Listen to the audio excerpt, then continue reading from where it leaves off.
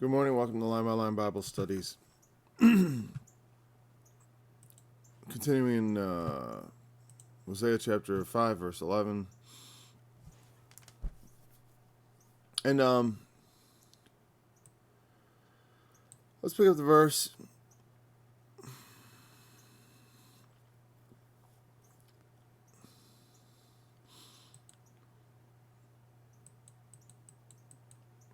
Yeah, it feels a little very list-like, so it's not really particularly necessary to tie every verse together. Ephraim is oppressed and broken in judgment, because he willingly walked after the commandment. Oppressed and broken in judgment. Well, in Hebrew, the word oppressed also means like defrauded.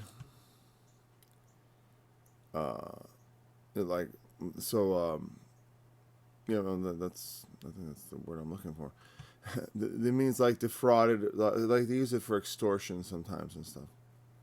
To press someone. And it sounds in oppressed in judgment sounds like people are well, yeah, I guess you could put it that way.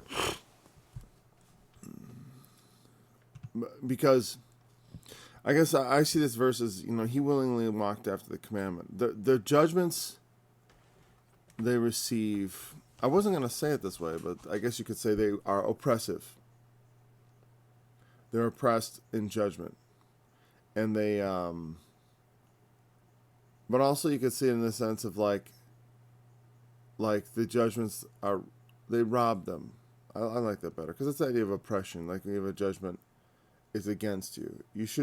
Judgment should be on your side, because justice, to do justice would be to give you, whatever your complaint happens to be. But the judgment is against you. That's in a form of oppression. And these things break men, obviously, the idea of being broken in judgment. Originally, I thought about it in the sense of, and that's the obvious way to look at it. I also thought of it in the sense of like, that their judgment is corrupted. Like, the judgments they make, because I'm not sure exactly if the in judgment means in the way they're being judged or in the way they judge things. And this would be then that they make bad judgments. That they're pressed in judgment, meaning they are forced into positions they don't want to take, or to do things that they know are wrong. And broken in the same sense as that their judgments are broken. They're not whole. They're not properly aligned with righteousness. So I'm not sure which way it ought to be taken. It's obviously more, I don't know. Ephraim, because I don't like the idea of like, oh, poor oppressed Ephraim. Most of these judgments are against Ephraim. In the context, Ephraim is, I know their sins. It's not hid from me. You commit whoredom. You're defiled. They fall in their iniquity. And, are the people oppressed in judgment from the princes in the previous verse? I suppose. But like I said, there is another way to look at that. So, because they willingly walked after the commandment, I thought it'd be a good idea to go and just take you over, literally do that. Let's go over to 1 Kings and chapter 12.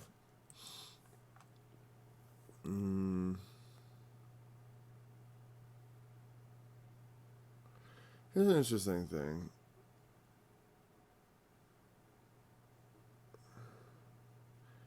Look at verse 17. But as for the children of Israel, which dwelt in Judah, Rehoboam reigned over them. That means what I've been saying all along. It's fine.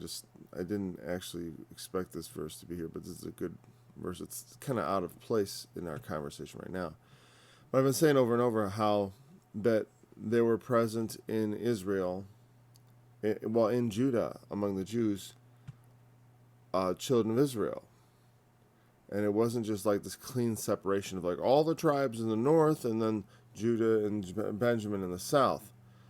It was majority Judah and Benjamin in the south, no doubt. It was majority Judah and Benjamin, and Levi.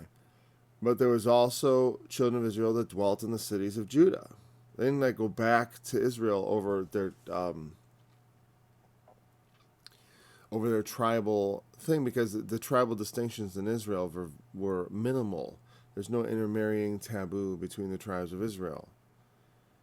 Okay, so I've never heard of a Jew saying, well, I can't marry you. Except for the Levites. The Levites were to marry other Levites to keep the priestly line pure. But other than that, there was no problem at all intermixing in the tribes.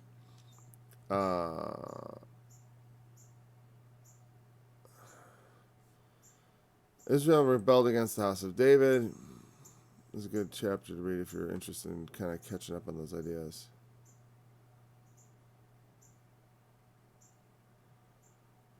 Verse 26. And Jeroboam said in his heart, now shall the kingdom return to the house of David. If this people go up to do sacrifice in the house of the Lord and at Jerusalem, then shall the heart of the people turn again to their Lord, even unto Rehoboam, king of Judah. And they shall kill me, and go again to Rehoboam, king of Judah. He was a king by rebellion, but God had given this to him through the prophet. Whereupon the king took counsel and made 2 calves of gold, and said unto them, it is too much for you to go up to Jerusalem. Behold thy gods, O Israel, which brought thee up out of the land of Egypt. This is the verse, I quote this verse often. Your gods, this is what he did. He set them up in Bethel and Dan. And he set one up in Bethel and the other one in Dan. And this became a sin, for the people went to worship after the one, even unto Dan. Worship before the one, even unto Dan. And he made a house of high places, and made priests of the lowest of the people, which were not the sons of Levi. And he offered upon the altar which he made, behold, etc., etc. Similar to the feast of Israel, burn incense. He ordained a feast. He instituted their own separate state religion immediately. And this was a sin to Israel. Because why? Because they willingly walked after the commandment. The king said to do so, and they said, yeah, you know what? It is too much to go up to Jerusalem. It's just too much. So we won't go up to Jerusalem anymore. We'll worship this golden calf. And again, it's interesting how how he would turn to elements of the story. Well, Aaron built a golden calf. That's a verse in the Bible. It says Aaron built a golden calf and the children of Israel worshipped it. What could be more nationalist, All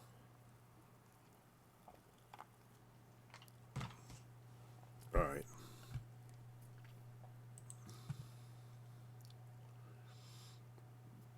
And this is the source of their national sin, and the source of the corrupt judgment which they lived under, which they themselves perpetrated. It could be seen as both. Oops. Because look at, I don't like the oppression narrative here. I don't like it. It's an easy way to interpret the words, but I remember thinking it just doesn't fit in the context. They're oppressed and broken in I guess you could say it's a consequence of their sins. Okay, maybe that's it. Maybe. Therefore I be unto Ephraim as a moth, and to the house of Israel, Judah as rottenness. Judah also had a similar, they didn't have the golden calves in Bethel and Dan, but they had altars upon the high places, under every green tree and upon every high hill. They worshipped other gods. Not as prevalent as in Israel, but because of these turning aside from the Lord, it is written in the New Testament. I'm like, which book?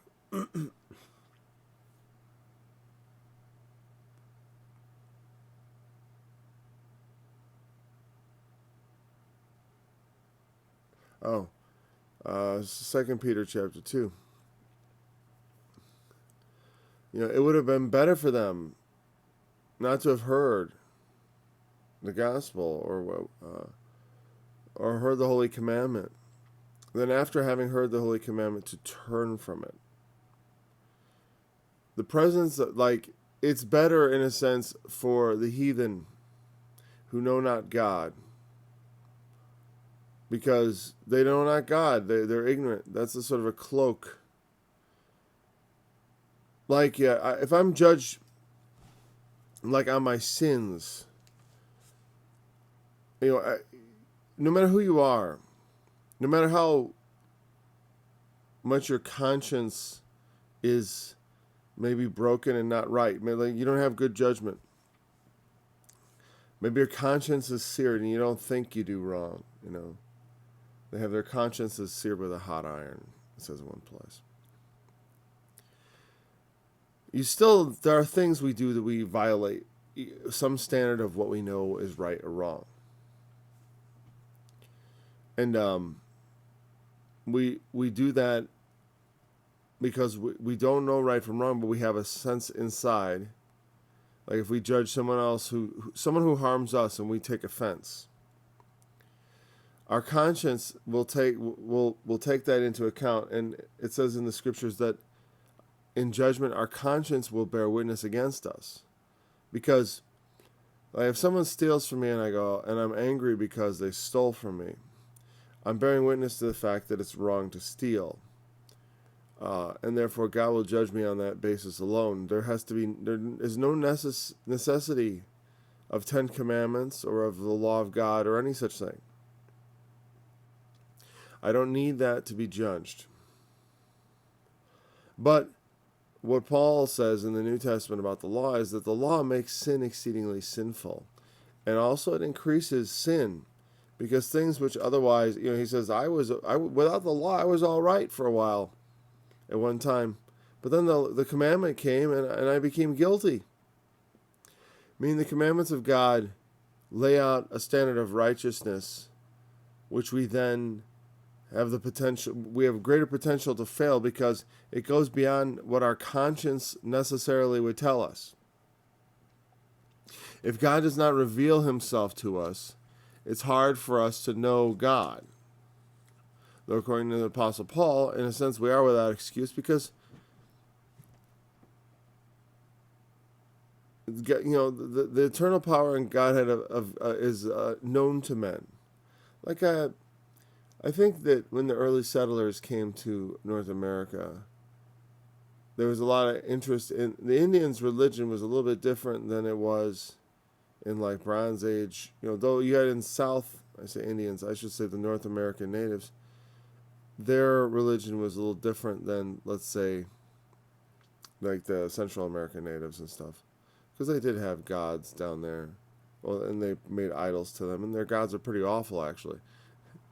But I don't know much about Native American religion, but I always thought they had some sort of great spirit, and that's kind of what Paul talks about, that through the observation of the created world, we should have a sense that God is greater, and he shouldn't be made like unto beasts and four-footed creatures and animals, but that God is greater than any of those things, that he must be greater. But even so, not having the commandment, you still have the cloak of ignorance, to some degree. It's never as bad to sin without a commandment. Say Adam and Eve, they shouldn't have eaten of the tree of the knowledge of good and evil in any case, but their sin would not have been very great if God had not said, "Thou shalt not eat thereof." When the commandment comes, we die because it becomes sinful. And so, for Israel, it's similar. Like that, the fact that God was their God, His continual presence, and the fact of the covenant and all that stuff, is this thing that eats away at their prosperity because of His promise to Abraham and to David and to Jacob and all the patriarchs. He sort of owes them to be their God. But there's consequences to that. I will be to Ephraim as a moth. As the moth, because the larva of the moth devours garments. And to the house of Judah as rottenness. Especially, they would be all natural fibers. And the house of Judah is rottenness. Rottenness like mold. God's likening it. I'm going to be like a devouring insect and like rottenness that corrupts. And that's an interesting, that's a metaphor for evil. I will bring evil upon them. That which corrupts, that which devours. And those ideas of corruption and devouring, of being oppressed in judgment, I still prefer the whole. His judgment is corrupted, but I don't know. I could be wrong about that. And Ephraim saw his sickness, and Judah his wound. Then went Ephraim to the Assyrian. Sickness, I didn't look this up, but I'm assuming that the word means often weakness. In Hebrew and Greek, often the word sickness means like some sort of something that is infirm. Like a wound, infirmity. Some crippling thing. Oh, I'm not whole. And this was in a military sense. They saw, we are weak. We don't have, Judah, his wound, like my military isn't up to snuff. Then went Ephraim to the Assyrian and sent to King Jareb. Jareb, I believe, is a symbolic name. I want to look that up real quick. I forgot what it means. I think it's the same word as Jared? No. Oh, wrong thing. Don't click there, Paul. Let's see. Hosea, I'll bring it up.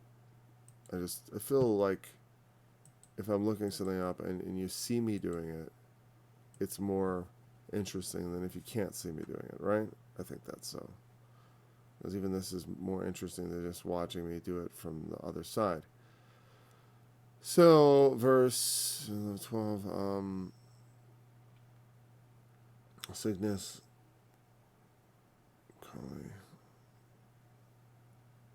Jareb, contend. Oh, like Jacob, Jareb.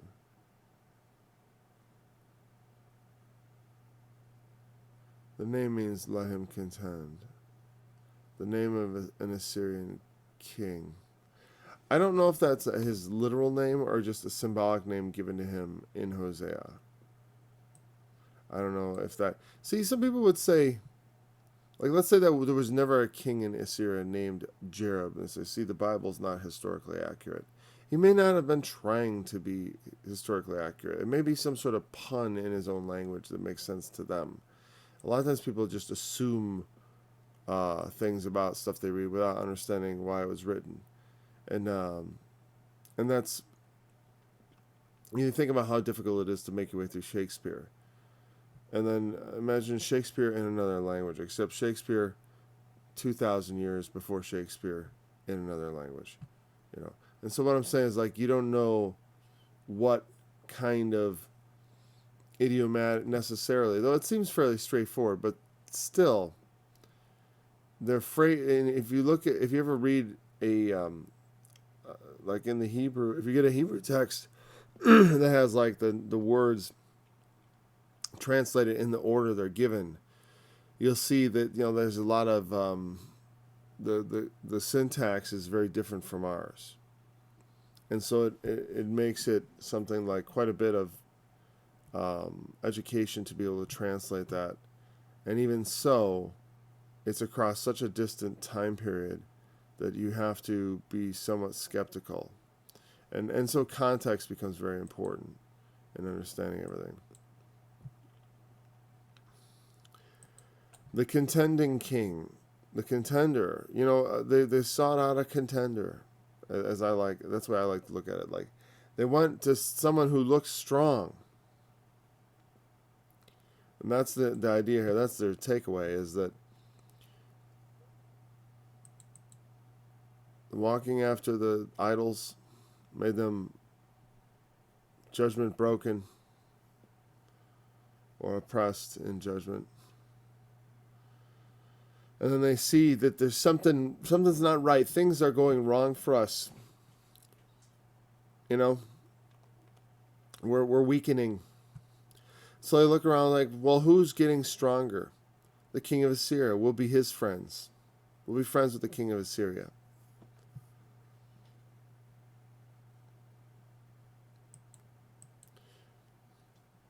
Yet he cannot heal you nor cure you of your wound. That is somewhat ironic. It's kind of like, because the Assyrian is a type of Satan. He's the enemy. He's the one who's going to carry you all off into captivity. He's the one you're looking to for help. We'll go to the devil for help. And that's essentially what they've done. They've gone to the devil. The devil has power. This is something people have done, surely. When you feel God has turned your back on you. It seems unthinkable to a lot of Christians, but even in Christian societies, people who have felt they've fallen so far out of God's graces, yet still believe in and fear God, will turn to the devil and ask him for assistance. We have all these ideas about deals with the devil. Make a deal with the devil. Make a bargain with Satan. There's always like consequence. He gives his strength at a price that you're not willing to pay. And he's not going to heal you, but he'll give you a crutch, He's not going to cure you, but he'll give you something to dull the pain. That's the way Satan works. It's very simple. Like, you have emotional trouble? Well, drink. And look doesn't that help? Doesn't that make the pain go away for a while? Yeah, but in the morning I'm sober again, and I'll drink again and it'll fix it. These are the deals the devil brings, He doesn't heal your sickness, but he'll give you something to suck on, to take your mind off of it for a while. Things aren't going right for you. Hey, well, there's always pornography. There's always entertainments. There's always amusements. There's always things you can do that are less productive. There are things you can do to corrupt your mind, and you'll forget about your troubles for a while. And the Assyrian could surely, yes, we'll make an agreement. Well, if you get into trouble, I'll come and protect you. I'll send my armies out, yes, and you give me gold, and that will guarantee your safety. And all it guaranteed was eventually the Assyrian would invade their land and carry them away captive. I went back again.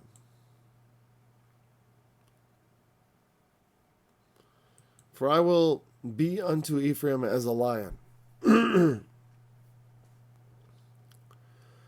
as a young lion to the house of Judah. Again, he throws both Israel, in several of these things, he's throwing Israel and Judah in. Because the Assyrian first came to judge Israel, but he also conquered all the fenced cities of Judah. All the defended cities of Judah were conquered when the Assyrian, at the same time, or shortly after, actually, I should say, the captivity of Israel, the Assyrian also invaded Judah, but could not take Jerusalem.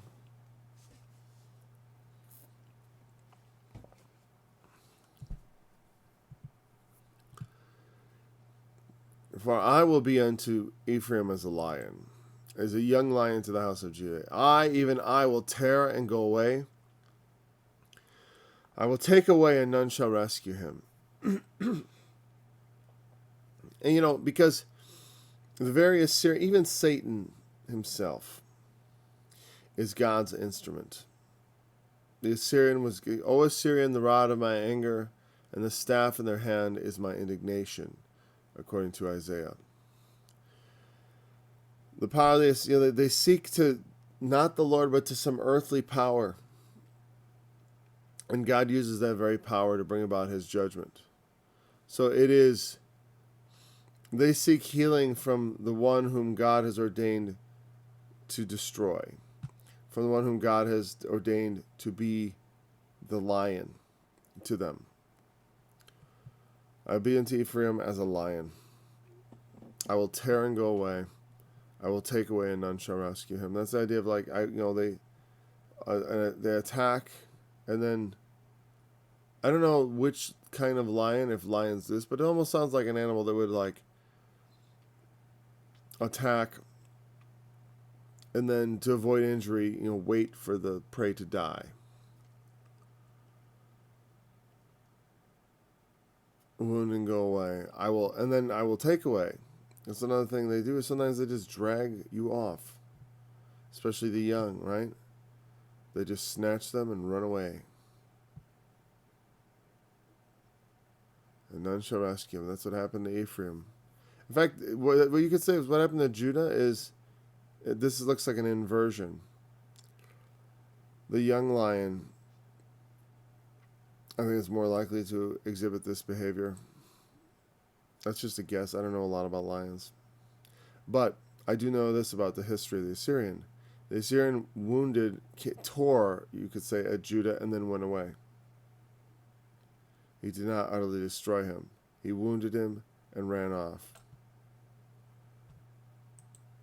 But as far as Ephraim is concerned, he took him away, and none delivered. There was no deliverance for Ephraim. And Judah was wounded. I will go and return to my place till they acknowledge their offense and seek my face. In their affliction they will seek me early. That's the thing about people, is that when affliction comes, we seek God. And I've tried to make that not so. I want to seek God at all times. Obviously, as a Christian, we don't want to fall into the patterns that Israel fell into. The idolatry was very bad, and maybe we are not fully into idolatry. Maybe there's other things that are distractions in life. They're not at the level of idols. They're not other gods. But they're still too close to the center of our life. They're still too. We're still too focused on them. You could definitely argue, right? And so, God ends up having to get our attention, or to try to offer something to correct us, something to make us notice and think like, hey, what am I doing wrong? And part of me wants to make it so that doesn't work.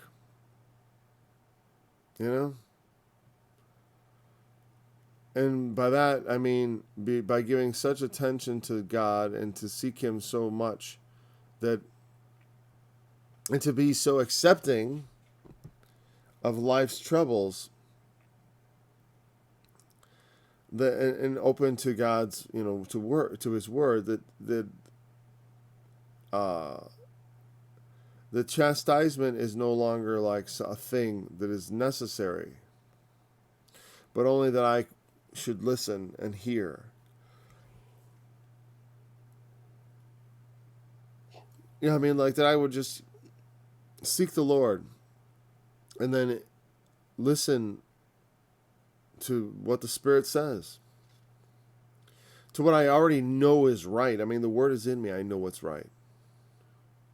So it shouldn't be hard for me to figure out when I'm doing something wrong. And if I'm doing stuff that I just know is wrong, I just cut it out. I don't want to wait till God has to afflict me. Like, yeah, why am I being afflicted? Well, I can think of 5 reasons.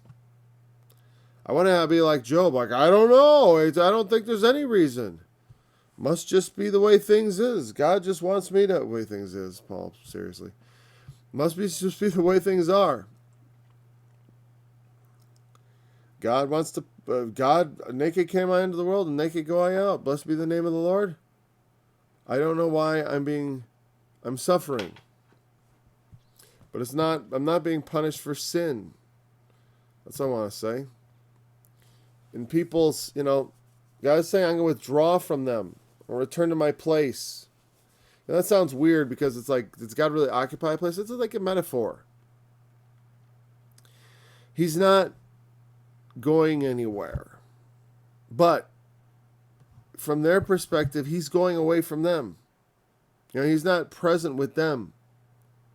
There are times you can feel like when God is close, he's nigh at hand, and his words are at your fingertips and at the very edge of your mind. They're in your mind and available. The thoughts are there. But then it can seem like God is far from us, especially if we don't seek him out. They're not seeking him out, so he's not going to go out of his way. Because there are times in life when it seems like God comes to you. Where he intervenes. Someone close to me, in their life, God really came to them. God came to them. They weren't like, oh, I think I should go looking for God. I remember that's how my dad explained it for him. For me, too, I was like, I'm going to go look for God. I'm going to get to know God better. I've got this religion. I want to take it seriously. So I went looking for it. Other people find it because, and I don't think that it's necessarily I really went looking for it, but God drew me out to seek him. Because I already was I wasn't that far from God. Where it's like he'd have to literally come and get my, hello, I'm here. I already believed God was there. And so he can't be far away. So I start looking for him. Other people, though, they know not God at all, and God seems very distant, and maybe so distant that they never think of God. And then the Lord comes to them with a message, with the gospel, with something beautiful, and it turns their lives around. And then, but those who know God, a lot of times, affliction. Oh, we should, they know somewhere deep down. Maybe we shouldn't have willingly obeyed the commandment. Maybe we should have avoided the golden calf, even though this is generations later. Like I've said, like a lot of sins, sometimes the very naughty nature of them, the fact that it's bad is what makes it exciting. Some people wouldn't still steal for thrills if there wasn't a thrill in sin. Look at it, I got it for nothing. I didn't pay, look at it. Just take it.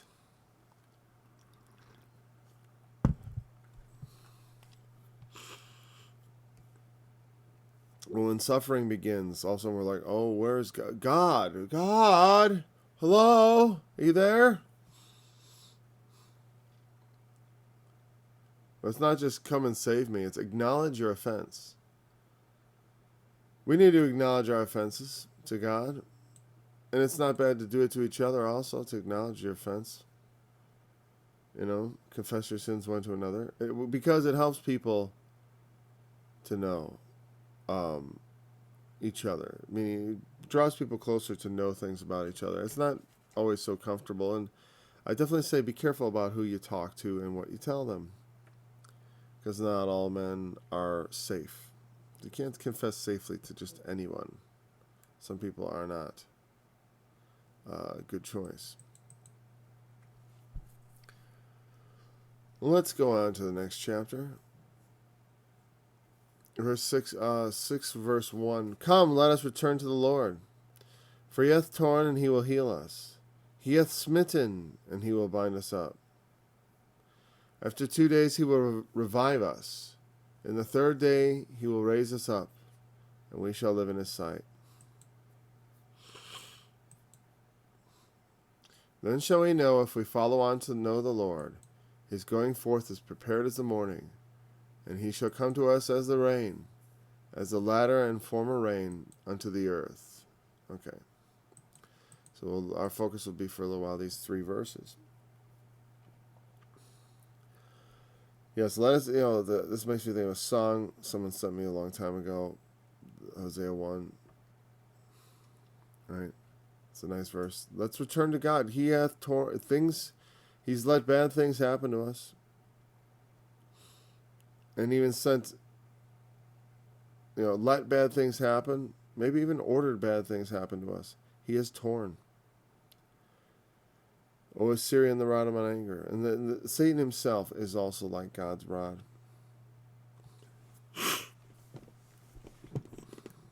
He's part of God's wrath against the world. He sends Satan to bring their sins to the full.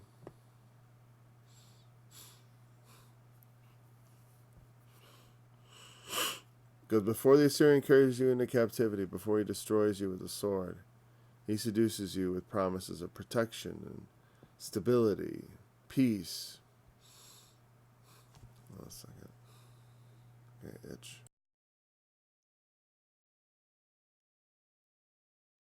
There we go. The offers of stability and peace, right? Blah, blah, blah. Okay. God hath smitten, he will bind us up. He is not some animal that's going to just devour us if we turn to the Lord. I mean, the thing is, when I talk about all these scriptures, when he speaks his judgment against Israel, it's against the nation, but not against, it's against the nation generally. But among them, he has mercy on those whom he has ordained for his remnant. There is mercy of God. For some, there is no mercy, because some deserve no mercy. And for some, there is no returning, because they are not allowed to return. They never come back from captivity. They perish among the heathen, whom they have been taken captive by. But you know what? For my money, though, I would never, ever believe that there was no returning for me. There's no point in that. If you want to return to God, then return to him. Generally, those who cannot return, I believe, do not want to. You know what I mean? They may, a man for the sake of his own skin will turn to God. But in his heart of hearts, he does not want to return to God. You know what I mean? He may call out to God in his distress. And God may not receive that, because God looks on the heart. And he knows, a man's words are not what count. It's what's going on inside. We can say a lot of things. And it's good. The things we say are important. But the Lord looks beyond just our outward expression of what we want ourselves to be seen as saying, as feeling. Those who sincerely desire to return to the Lord, even if they've sinned, may do so if the Lord is merciful. And God is merciful. This lesson is taught over and over in the scriptures that God is merciful. If we return to him, he returns to us. But we have to return sincerely. Not with just eye service, not with just like hoping the punishment will stop, but with a genuine desire to set our lives right again with God.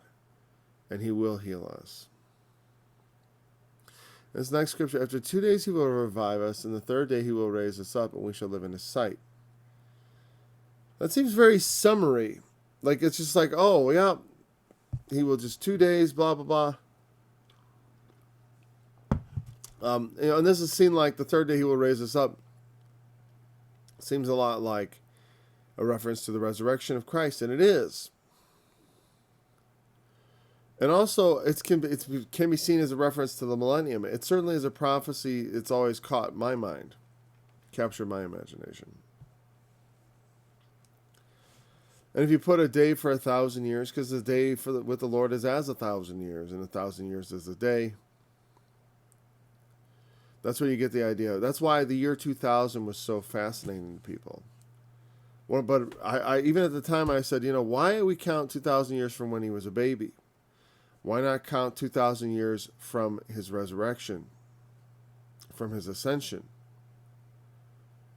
Which means we're closing in on the 2,000-year anniversary of Christ's resurrection.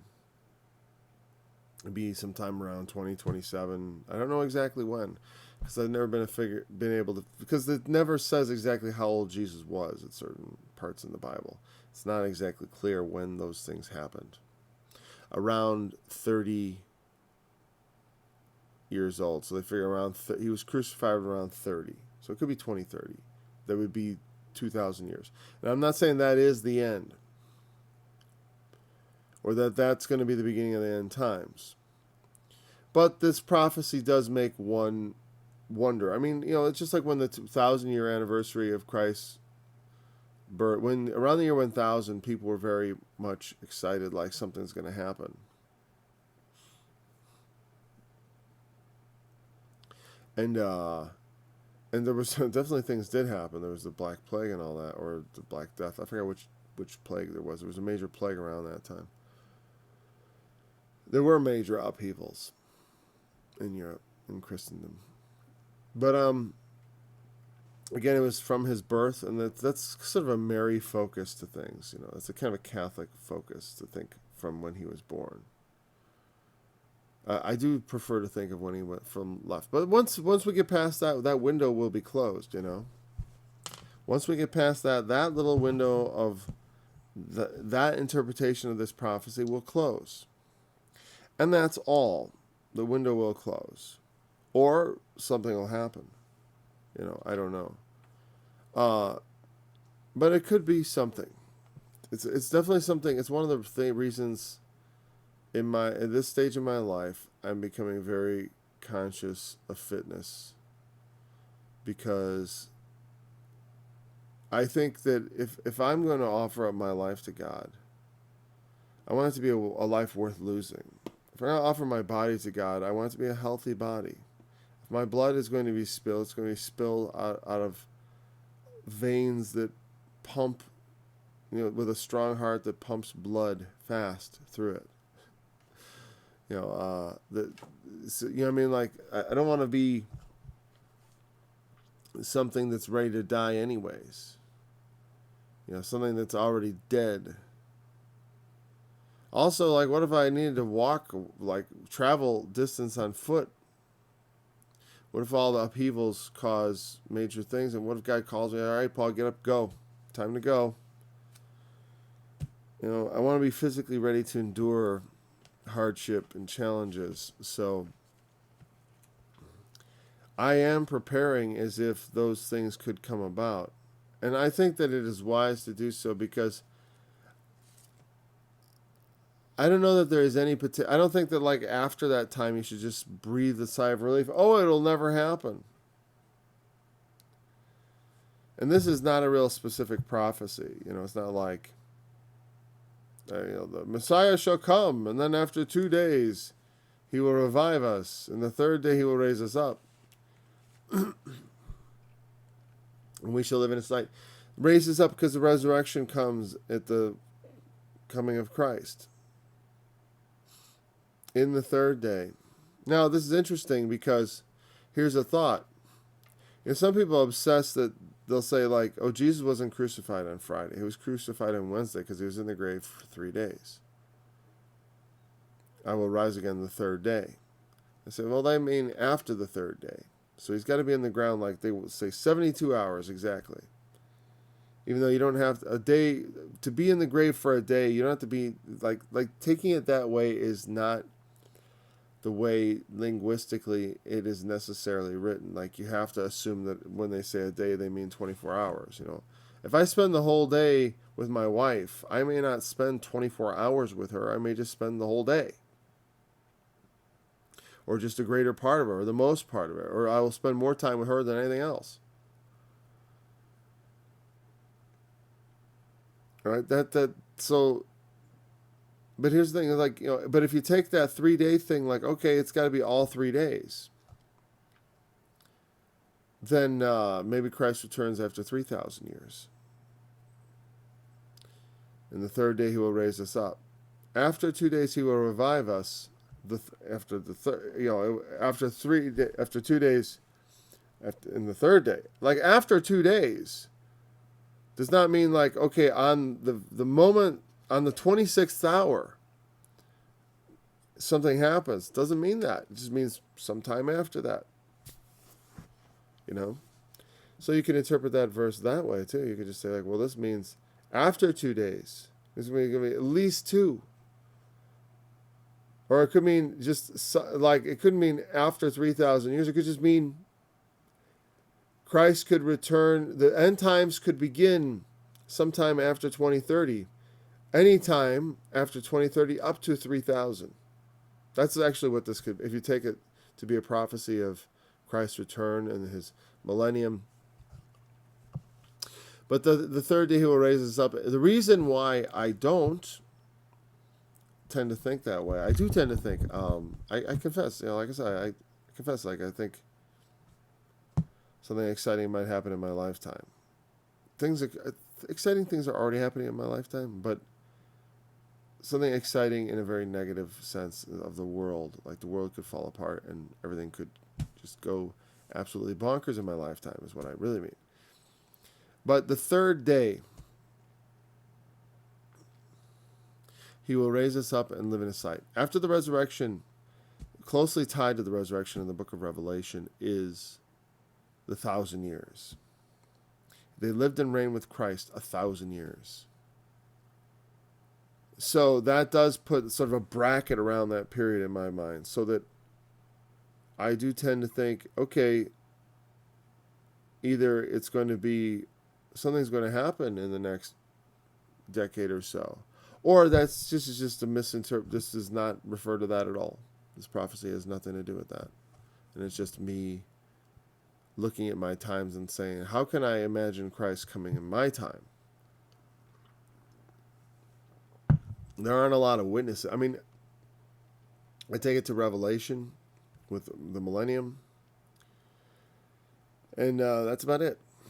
There's not a lot more than that. He will raise us up and we shall live in his sight. That's the idea of the kingdom of God, that we would live with God as in resurrected bodies. And so that's something. And there is some sort of, this is very messianic, his going forth is prepared as the morning. What's that mean? It's inevitable. He is inevitably coming. It's prepared. Like clockwork, like the sun rises in the morning. The going forth of the Lord is getting ready, just like that. He is getting ready to come. The Lord Jesus is getting ready to appear. His coming draws nearer every day. Though, there have been many days already in anticipating that, right? But it's saying he is coming. The time is set. It is not for you to know the times and the seasons, as Jesus said to Peter. But he does not deny that he will come. He shall come to us as the rain. As the latter rain and the former rain. What is that? Why will he come as the rain? He will come as the rain. Well, because the rain is needed badly, right? If the rain never comes, we're doomed. No crops will grow. The animals will have nothing to eat. They'll starve. A drought can be devastating. Devastating. And so there's the former rain and the latter. There's the crops need rain at 2 essential times. At the beginning, when they're first starting to grow, they need rain to cause the seeds to germinate and to set down their roots and to get started. And then towards the time of bringing forth fruit, they needed rain again. We need a former and a latter rain. You know what I mean? And so that's an analogy for God, that he comes to us in two phases. But the idea is of necessity. You know what I mean? He comes to us as the rain. We need him at certain given times. Now, I'm not saying there's just two times in your life when you need God. But what I'm saying is there are differing times in your life when you need God. And he comes in those times when necessary. You know what I mean? Like, I definitely felt like a former ladder. You know, it's like there's like early on there was like a blessing, and then later. But then I went on living after the later, and then there's yet again later. Or maybe it's another season, a new season. And I'm sprouting again anew. Like, you know what I mean? It's like, I don't know. I don't know how to liken it. But the point is, he comes. Sometimes it seems like he's gone. There's no rain. Oh, I sure hope it rains. We need rain around here. And that's with God. And sometimes God feels like God's far away. Where is God? He's supposed to be with me. And with God, he is there. With the Lord Jesus. We don't need to wait for him to come and go. We need only call on him, and he is there. And we need only listen, and we can hear his voice. So, you know, times have changed in some regards, because we have greater access to our Lord than the people of Israel ever did. At least as individuals. You know, we don't have to, there's no offense. It doesn't matter that I got my Bible under my own roof. I can be my own priest. Because we are a kingdom of priests and a holy nation. Like Israel was supposed to be. O Ephraim, what shall I do unto thee? O Judah, what shall I do unto thee? What am I going to do with you? For your goodness is as the morning cloud, and as the early dew, it goeth away. I'm like the rain I bring about. I am there of necessity when the time comes when I need to be there. I'm there. But you're like something like the morning cloud. Oh, there's like it looks like there's some wetness. You know, like maybe it looks like it's going to rain, but the sun comes up and it just evaporates. It's just the dew in the morning, the condensation from the, you know, when the warm air, the cool, I don't know if the ground is warm, and then the cool air of the night causes I forget exactly how dew works. All right, sorry, it's been a while. I know it works something to do with water vapor in the air and the differing temperatures of the air at night, and etc. So that all night things are cooling down, and water is condensing on things that are warmer than the air. And then the daylight comes and it hits everything, and it all evaporates again and goes back into the air. It goes away. Your goodness is like that. And so it appears momentarily. You know, when necessary, when you get in trouble, all of a sudden, like, oh, Lord, let's make sacrifice. Oh, Lord, let's say a prayer. Oh, Lord, let me open my Bible. We want to be consistent. That's one of the reasons why I started doing Bible studies every day. Because I was like, it's going to help me. Because I was fretting, like, trying to get my Bible studies done. They were always edited. They were probably better quality than this. But, you know, I had to throw up my arms and say, like, you know, I just got to, like, accept that it's not going to be as good a quality. And some, you know, maybe some people prefer it. It's like, well, no, I like the unedited, just, you know, there is a price to pay. Yeah, sometimes it's painful watching you struggle through something. But other times it is actually great because you see how those things come about. Like, you know, maybe in my edited Bible studies, I cut out all like the thoughtful silence and stuff. And one also, this forces me, because it is live. It has to be, there's no going back. There's no, you know, editing. There's no second chance to, like, tomorrow I can correct myself if I screw up, and that's fine. I don't mind. It's not the screw ups. It's just like I I used to like, I'd be doing a Bible study and I'd get a thought and I just let the air go dead because I'm like, I'll edit that out later. I have dead air for like 5 minutes while I think about something. Can't do that. You can't just like sit here and go like, okay, let me think. That's horrible. Being consistent with the Lord is good.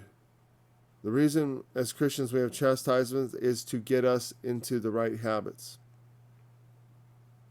There are things you know are wrong. If you have to be chastised over them, that's not good. You know what I mean? I don't want to be chastised over things I know are wrong because I shouldn't need to be chastised. I know they're wrong. I should be grown up enough to say, like, that's wrong. I shouldn't do it. I'm not saying I am grown enough to know that. I should be grown up enough to know that, right?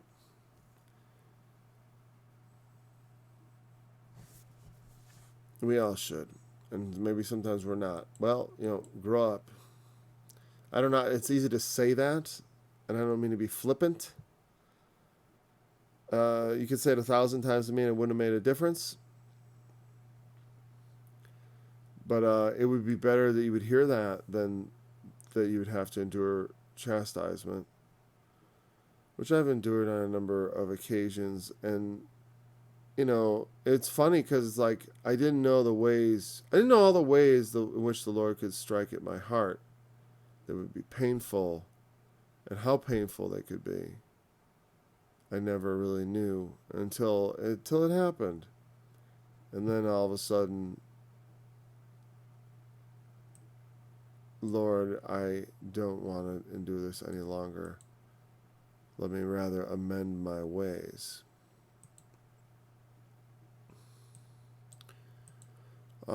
Therefore I've hewed them by the prophets. I've slain them by the words of my mouth. And thy judgments are as the light that goeth forth. How much time we got? We have 3.5 minutes. I almost want to start here. These are a lot of interconnected verses here, but let's, for I desired mercy and not sacrifice, and the knowledge of God more than burnt offerings. And that's where we'll leave it for today. We'll probably have to connect that on Monday. That's fine. We'll cover a lot of verses today. I've hewed them by the prophets. It's not my word like as a hammer and like a, it's not my word like as a fire and like a hammer that breaks the rock in pieces. The word of the Lord is like unto a sword. It cuts both ways. It's two-edged, so it cuts both ways. I remember Earl Murray used to say that, my original teacher, but I never understood what he meant. It cuts both ways. What's that mean? Well, it means it can be like, it can be one thing in one direction and another thing in another. And I've talked about this in my studies, like how sometimes the same word that wounds also heals. The same word that to one person can be judgment and damnation, can be correction and love to another. It can have two sides to it. And it's funny because even though I've talked about this many times, right now I'm drawing a blank as far as what I mean by that. And it's unnecessary because that aspect is not being talked about here. So forgive me for just moving on from that little cul-de-sac I drew myself into. I've hewed them by the prophets. I've used the prophets like an axe to hew away. Because the words the prophets spake were the doom that would be brought about. The prophets speak and things come about. And, a lot of times we don't understand that words are the origin of the world. People don't want to, the world, we don't know what the origin of the world is. The world just is, right? It just accidentally popped into existence. There was nothing said or anything. It just kind of happened. In the beginning was the Word, and God said, let there be light. And God said, by the word of God, he made the heavens and earth. And by his word also, he brought about the doom of Israel. By his word, he brought about their slaughter.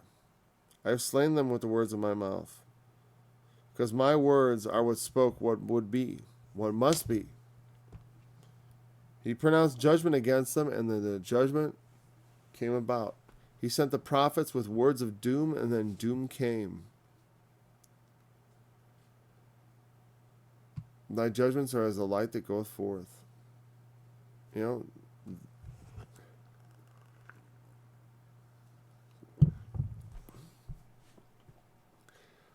know, they are, one, they reveal things. God's judgment is as the light that goeth forth. The word is like the light. It comes first. You know, like the speed of light is so fast, like, right? If you were watching someone shoot you, you would see the muzzle flash right the instant before you died. But you would never hear the gun sound. You would never hear the gun fire. Because light is that fast, you know. So that comes. The word of God is like the light. It comes first, way ahead of the actual thing. The warning comes first. You see the flash of light, the judgment of God. Boom. Judgment. The truth is revealed. I will send the Assyrian to destroy you. I will, whatever the judgment of God happens to be. However, you know, he will use the power of their enemies against them. And like I said, this is not something as a Christian you should think in terms of, but I'll tell you what, you know, in the New Testament, when we talked about Hosea's wife and the harlotry, and I didn't do a lot of tying into Revelation, but I could have, and when it comes up later, I will again tie it in a bit. Because, you know, you think about, because thou sufferest that woman Jezebel, which calleth herself a prophetess, to teach and seduce my servants to commit fornication and eat things sacrificed to idols. You know, behold, I will cast her into a bed, and them that commit adultery with her into great tribulation. The judgment of God, what I'm saying is that's about a church. The judgment of God begins at the house of God. And he's going to clean out the illegitimate fake believers. But they will be judged as Christians because they have put that name on themselves. They've chosen to be called by that name, and they will be judged by that. You know, because it's like, to be saved as a Christian, you have to be a Christian.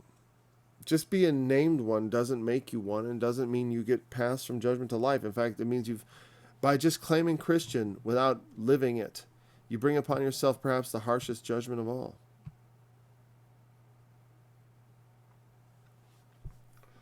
The light goes out first, and the effect is seen later.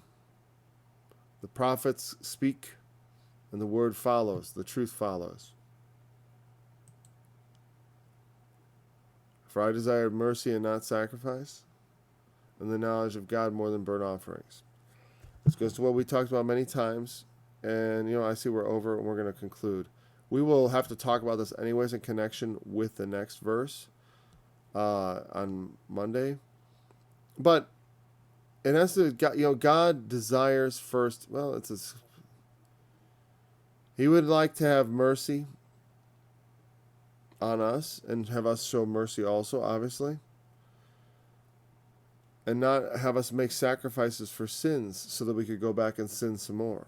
And we're going to pick up with verse 6 on Monday. We're going to just leave it at verse 5 because we are over, and that will do. So thanks for joining me in this study. I look forward to picking it up again with you next week, Monday.